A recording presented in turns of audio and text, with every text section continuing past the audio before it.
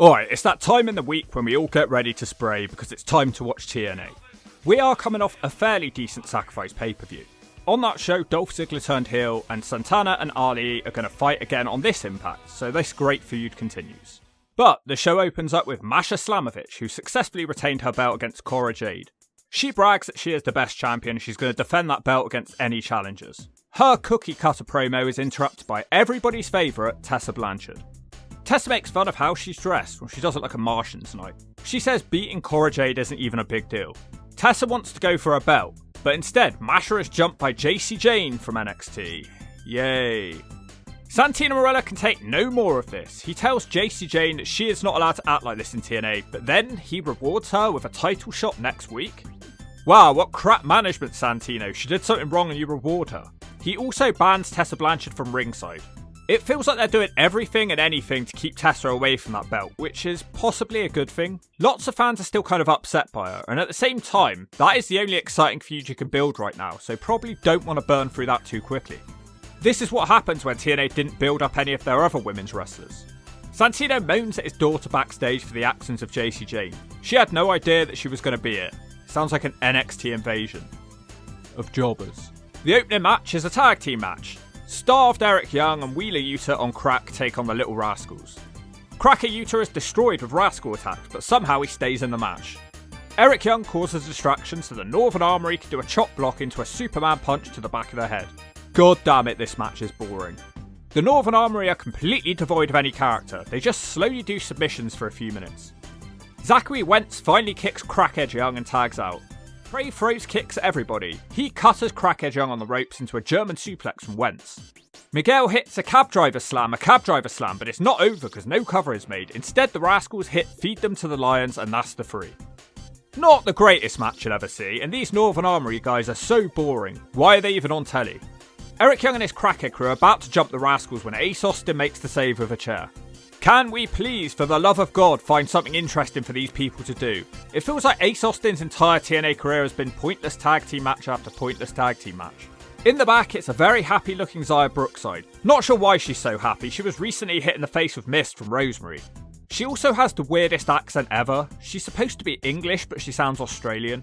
Rosemary appears on the big screen belittling Brookside's wrestling ability. Rosemary wants her to become more ruthless. It's a very unhinged Rosemary promo.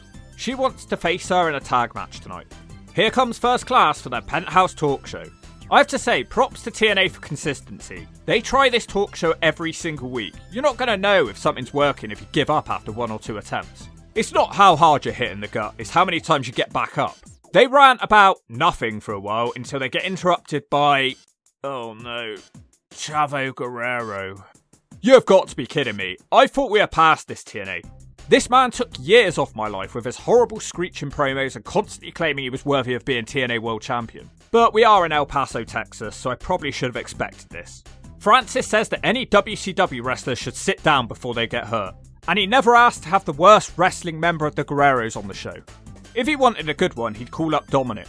They discuss Dominic for a bit, and Chavo says he isn't a Guerrero because his mum got around. Randomly, Kaz also interrupts. Kaz doesn't want to talk to First Class, he wants to talk to Chavo. Wait till you hear the reasoning for the hate. He hates Chavo due to he and Hernandez stealing the TNA tag titles from Bad Influence in 2012. It was 13 years ago. No one in the building remembers that, Kaz. I'm pretty sure 9/10 of this building wouldn't have even been watching TNA. He demands that Chavo goes to the back, but Chavo won't do it and he doesn't like people making fun of El Paso. Instead, Chavo brings out his luchador friends. Kaz is suddenly scared and hiding. Chavo wants to do a 6-man tag next week. AJ Francis says this show sucks now when it's over. God damn it, Kaz sucks. Why has he got that trophy to get a world title shot yet he's scared of luchadors? This is not building up anything positive for him. Alright, that may suck, but I'm excited for what's next. The best feud in wrestling. Mustafa Ali makes his way out on his own because all of his little friends and faction have been banned from the building. He's facing Mike Santana in a pay-per-view rematch because Santana got screwed in the last one. Mike rushes to the ring. Ali runs away where Santana hits a mad flip dive out of the ring. Ali's also sent upside down over the timekeeper's table. Santana big boots him on the outside and tries to kick him against the steps, but he misses and we get into the ring. Ali catches him with a head scissors and he drop kicks him through the ropes. He throws Santana's arm into the ring post and he rolls back into the ring with a neck breaker. He tries another roll into a neckbreaker, but this one is countered into a Death Valley driver for a 2 count. He follows that up with a cannonball in the corner and a rolling cutter for another 2. He looks to dive now, but can't as Ali chills on the other side of the ring. Ali has suddenly had enough and he decides to leave. Well, that was disappointing. Mustafa Ali starts arguing with fans until the bad hands save him. In the back, the interviewer wants to know why he ran away. Ali says he hasn't run away, he just conquered him, and Mustafa Ali will be the one addiction that Mike Santana can't beat. The happy tree friends leave. Talking of people whose promos give me headaches, here's Ryan Nemeth to introduce his brother. Time to explain his heel turn. The reasoning is that Dolph says TNA got his buzz back because of him, but the Hardys returned to TNA and then they ruined things for him, and he doesn't like how they tried to drive a wedge between the Ziggler brothers. That brings out the boy from Bradford who's been hanging around with the Hardys, and he cannot listen to Hardy slander anymore. Leon thinks Dolph is just jealous of him because he's the new show stealer. Dolph absolutely flips out and dumps in his nappy at that comment. Ryan Nemeth suggests that Dolph and Ziggler fights the boy from Bradford next week. Then they fight 2-on-1. The boy from Bradford takes out Ryan but catches a Dolph Ziggler superkick. The crowd chant yellow or something, presumably aimed at Dolph Ziggler's haircut. NWA Impact brings you the Smack of the Week, sponsored by all new Blonde for Men. If you're a brown-haired Potter, put some blonde in it. It makes you look hotter. Oh man, nothing good's happened on this show, so this is the best you're gonna get. Tell your mumsy you can't get wet like Mustafa's hair. He's running like a scalded dog on acid. This guy's a snivelling snake. He's an adder without a bladder. Santana is the snake hunter. What a dive! Ali's lucky to still be alive. That was the NWA TNA Smack of the Week, sponsored by Blonde Just for Men. Get it? Got it? Shove it. The TNA Knockouts tag match is next. Rosemary teams up with Savannah Evans to take on Isaiah Brookside and her partner Li Ying Li. Brookside is wearing a Union Jack nappy tonight. Let's hope she doesn't spray on the back of the Jack tonight. Brookside starts out with some ineffective strikes on Savannah Evans. She gets powered into the corner and Rosemary tags in. Brookside head scissors Rosemary and hits double knees in the corner straight into a DDT for a 2. Li Ying Li gets the tag in against Savannah. She moves quickly and sweeps out the big woman, but her follow-up is blocked and she's smashed with a sit-out choke bomb. Now it's a Samoan drop, which I am just not okay with. Samoan drop should just be safe for Samoans are fat girls, and Savannah is neither. But you know who is a fat girl? Top 10 Wrestling. Keep putting my names in your videos and I don't even like you. Rosemary uses her legs to choke Lee across the rope. Rosemary continues dominating with a big suplex throw. Lee hits an enziguri kick and the tag is made to Brookside. She starts throwing kicks and Lee tags straight back in, which may be unwise. She also hits kicks to Evans. Lee is sent from the ring so Rosemary can try and spray mist, but she misses and sprays her own partner. Brookside takes out Rosemary with a code breaker. Then out of nowhere, Lee lifts Evans up and starts spinning around, but the move is botched. The crowd still react pretty well to it because it was still a pretty good show of strength. Lee finishes her off with a kick and that's the 3. Next up, it'll be the Elegance Tag Title celebrations. 2 goofy strippers walk out carrying a cake. I wonder what happened to Jonathan Gresham. Ash wants to pray to the cake or something. I think she's making a wish really, but then the lights go out. Just like the pay-per-view, it's Lash Legend and Jakara Jackson with awful video effects on the screen. Why are they doing this? It looks so bad.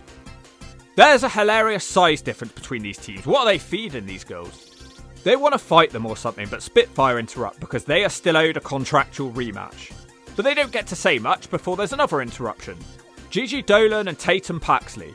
Paxley actually gets the best reaction from the crowd. They also want a tag title shot.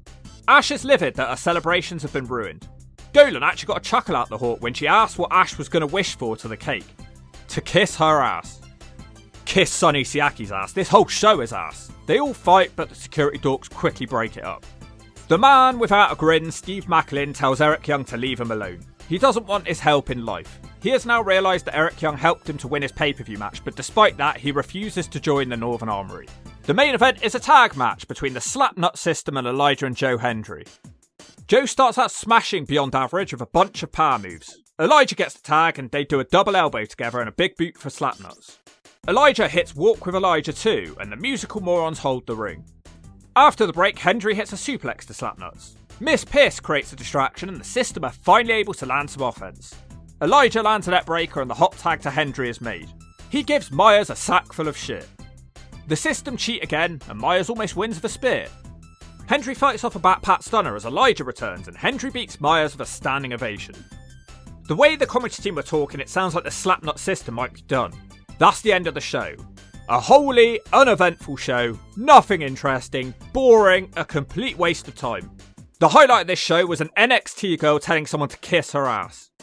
Pretty much sums it up, this show was ass, and if you don't agree with that, I'll give your girl a blast from the past.